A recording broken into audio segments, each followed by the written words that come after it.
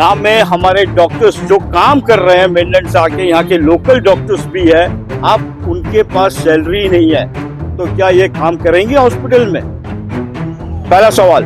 दूसरा सवाल, हमारा एडमिनिस्ट्रेशन जब ये हमने यहाँ पे पता ही की कि क्यों नहीं इनका सैलरी है, तो simple one word account officer कह रहा है फंड नहीं है एनएम्स के पास। जब एनएम्स के पास फंड नहीं है तो आप हॉस्पिटल क्यों खोले? जो डॉक्टर्स काम कर रहे हैं, जो गिने चुने हुए हैं या अपने जो मन लगा के काम कर रहे हैं, उनको भी देने के लिए आपके पास सैलरी नहीं है। यहाँ का दवाई नहीं है क्या एडमिनिस्ट्रेशन को और हेल्थ सेक्टर को, मैनेजमेंट को नहीं मालूम? यहाँ पे डॉक्टर्स का कमी का वजह से लोग मर रहे हैं, जो लोग मेनलैंड नहीं जा पा रहे, क्या इसके लिए उन लोगों को कोई स्टेप्स लेने का जरूरत नहीं है? यहाँ पे फंड नहीं आ रहा है, क्या आपको प्रायर में पहले पता नहीं हो रहा था कि अब आपका खजाना खाली हो रहा है, आपका फंड जो है कम हो रहा है? तो क्या स्टेप्स लिए थे?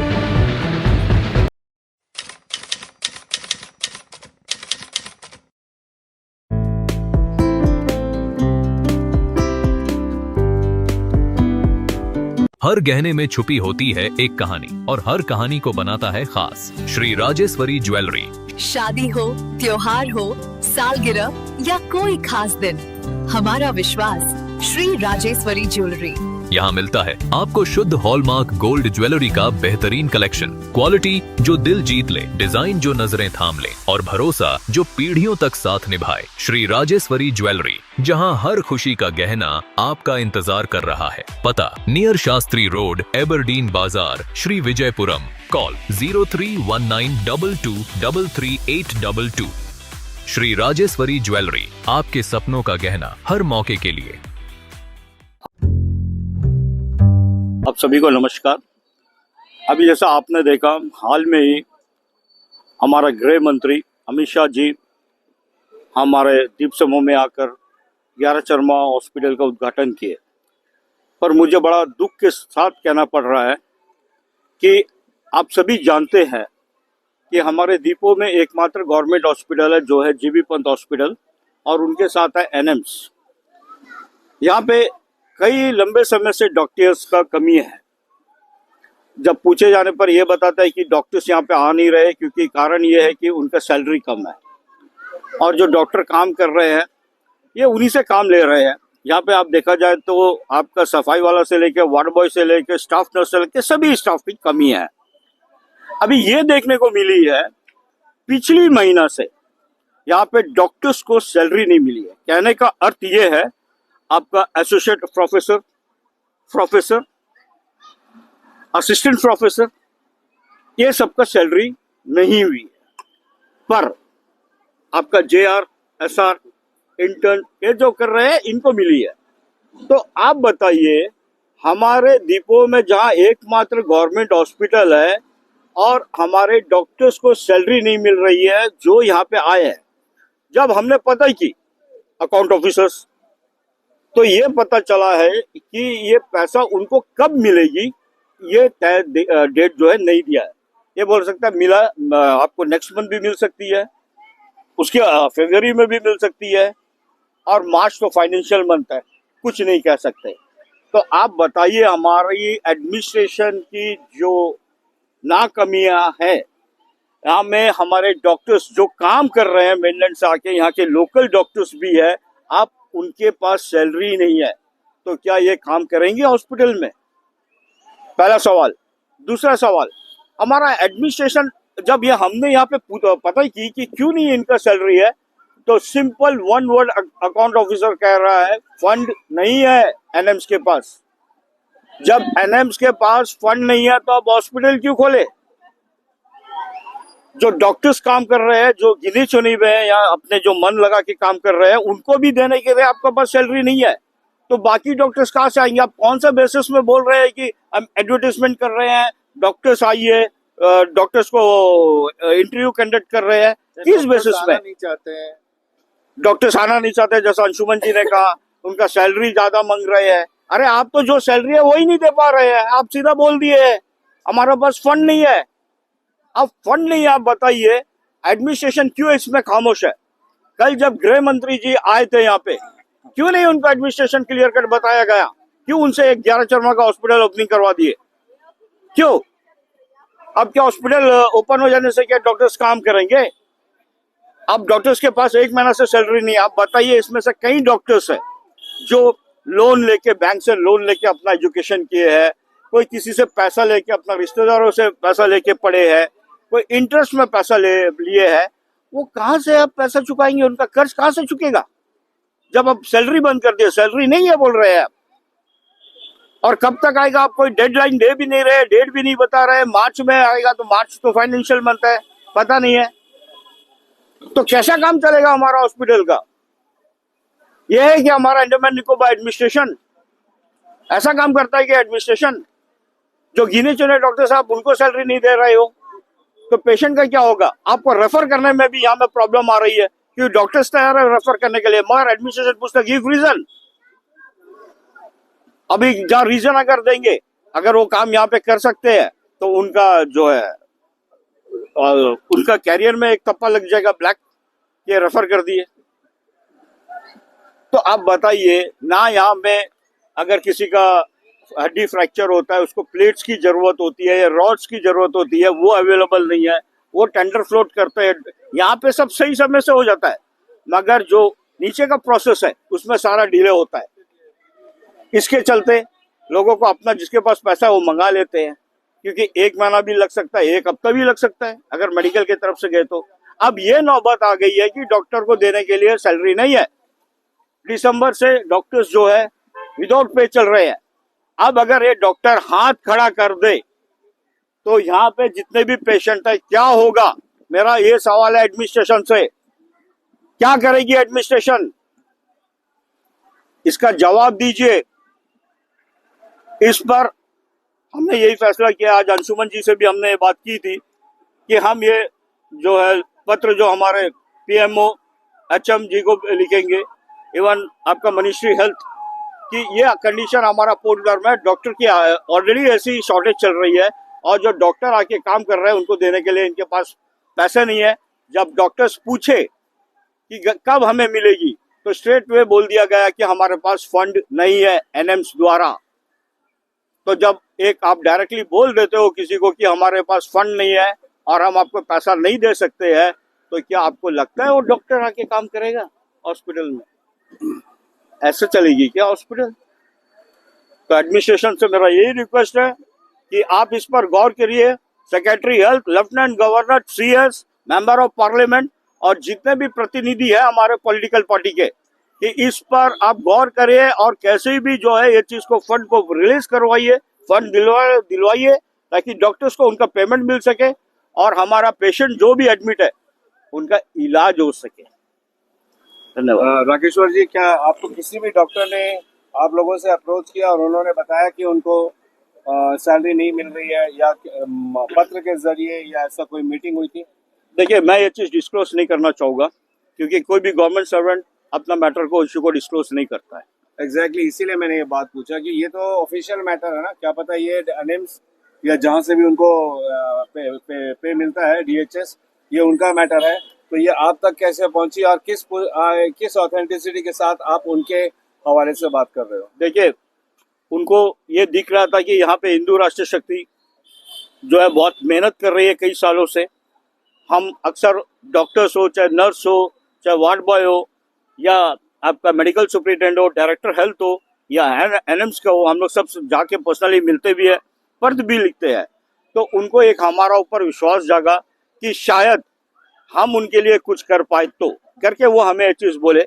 जब उन्होंने जाके वहां पे पूछा, मैं एकदम क्लियर कट कहा, दिसंबर मंथ से उनको सैलरी नहीं है, दिसंबर मंथ से सैलरी उनको नहीं मिला। जब पूछने गए तो बोल रहे हैं एनएम्स, वो भी हम आपको नाम के साथ बता देता हूँ, अकाउंट ऑफिसर एनएम्स का बोल रहा है हमारे पास फंड नहीं है। और आपको क्या चाहिए? देखिए, जैसा कि मुझे इन्फॉर्मेशन मिली है जीपी बंद के द्वारा या एनएम्स के द्वारा, वो मुझे सिर्फ जो है डायरेक्टली बोले कि हमने जाके कंसल्ट किया कि हमें सैलरी मिलेगी, तो उनसे अकाउंट ऑफिसर एक ही चीज़ का, अभी हमारे पास फंड नहीं है।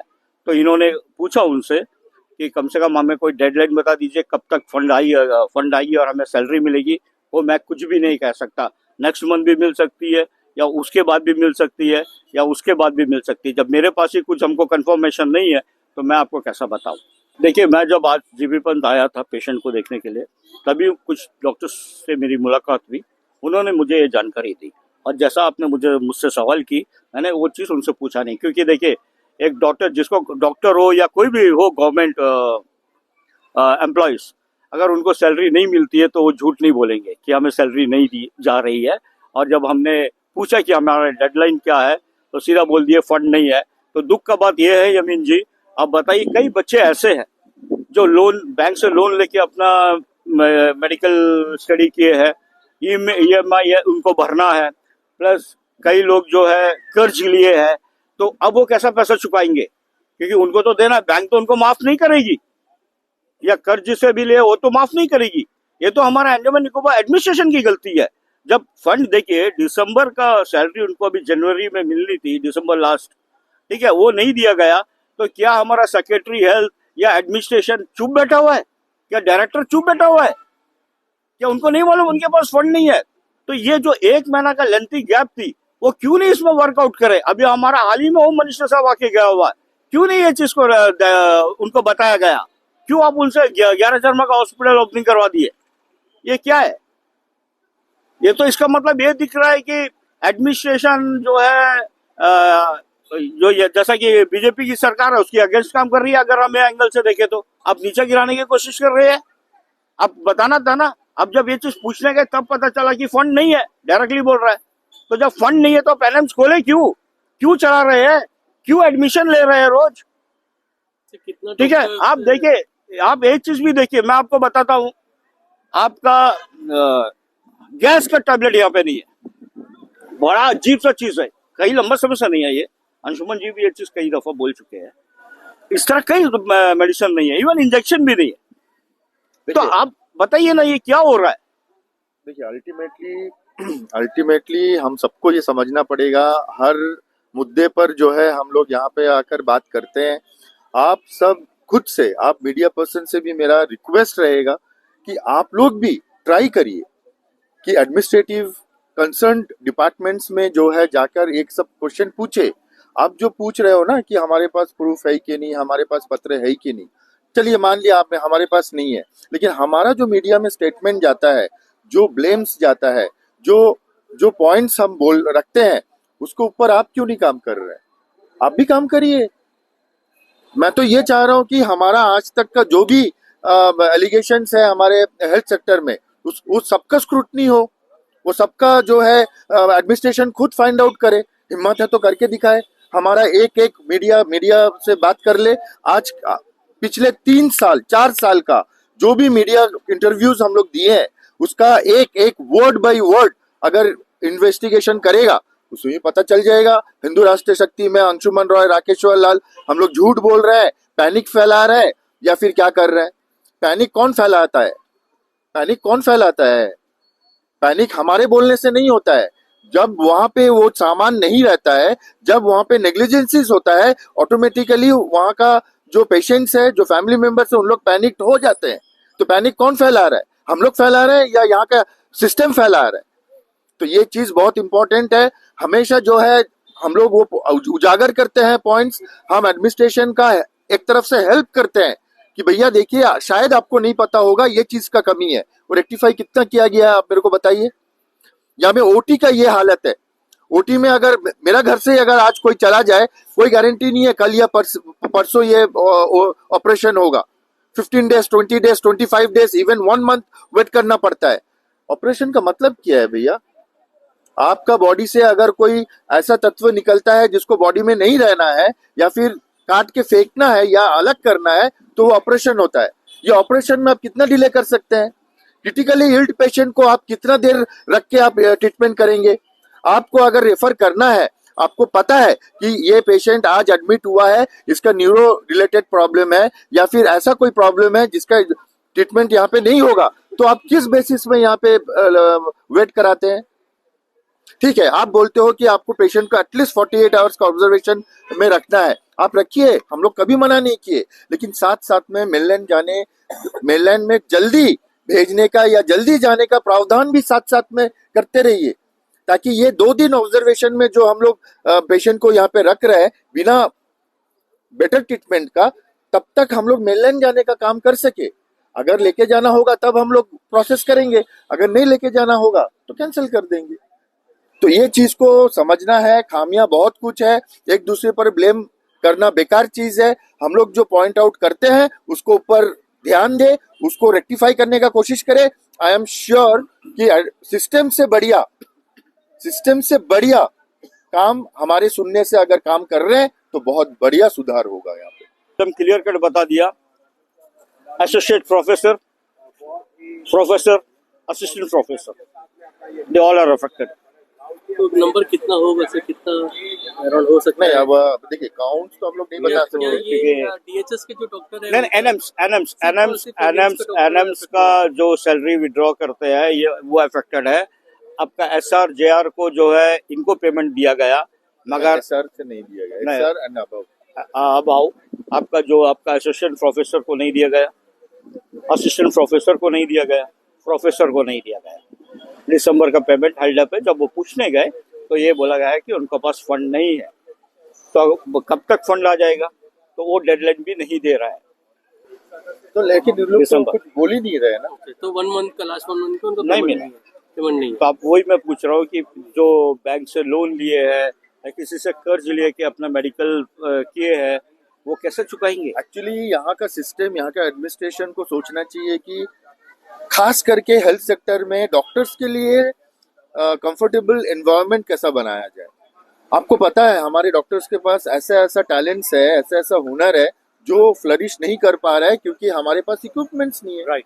हमारे पास लैब्स उतना एडवांस्ड नहीं है, हमारे पास ओटीज उतना अच्छा नहीं है। कितना ओटीज है, देखिए हम मीडिया से फिर से रिक्वेस्ट करेंगे, आप सारे मीडिया यूनाइट होके एक प्रण लीजिए, ठीक है, कि आप हेल्थ सेक्टर के अंदर में जाएंगे विद परमिशन और आप सब कुछ दिखाएंगे कि कितना ओटीज है, कितना पेशेंट्स ओटीज के लिए खड़े हैं और डॉक्टर्स का क्या रिक्वायरमेंट्स है। अगर हमारे हेल्थ सेक्टर वाकई में काम कर रहा है, उन लोग ऑनेस्ट है, उन लोग दाग रहित है, तो आप मीडिया को परमिट करें अंदर जाने के लिए। मीडिया का सामने में ट्रांसपेरेंसी रखे, जैसा कि बीच में हम लोग इतना चिल्लाने के बाद एक प्रेस कॉन्फ्रेंस मेरा ख्याल से एनिम्स की तरफ से किया गया था। हाँ, उसमें कितना सही है कितना गलत है वो चीज आप परखे। मीडिया क्या वो चीज का फाइंड आउट किए कि हेल्थ सेक्टर जो बोल रहा है वो सही में हो रहा है कि नहीं। उसके लिए आपको अंदर जाना पड़ेगा और इसीलिए आप लोगों को रोका जाता है अंदर जाने से कि उनका पोल खुल जाएगा। और यहाँ में काफी सारा प्रूफ हमारे पास है।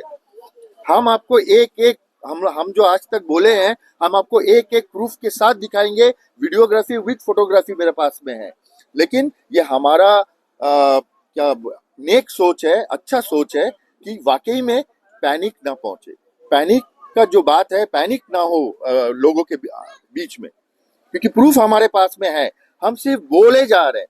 और इसमें भी अगर किसी को प्रॉब्लम है, इसमें भी अगर किसी को ये दावा करना है कि आप सही बोल रहे हैं गलत बोल रहे हैं, तो हम जिस दिन ये पोल खोलेंगे, जिस दिन हमारे पास जो प्रूफ्स है A to Z हम अगर यहाँ पे रख दिए तो बहुत बड़ा प्रॉब्लम हो जाएगा। ये प्रॉब्लम आने से पहले हम चाहेंगे कि एडमिनिस्ट्रेशन, हेल्थ सेक्टर ये चीज को रोके।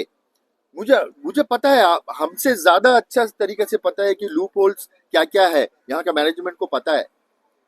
लेकिन गरीमत देखिए, उन लोगों का सोच देखिए, उन लोगों का मतलब हिम्मत देखिए कि उन लोगों को परवाह ही नहीं है। यहाँ का दवाई नहीं है क्या एडमिनिस्ट्रेशन को और हेल्थ सेक्टर को, मैनेजमेंट को नहीं मालूम है?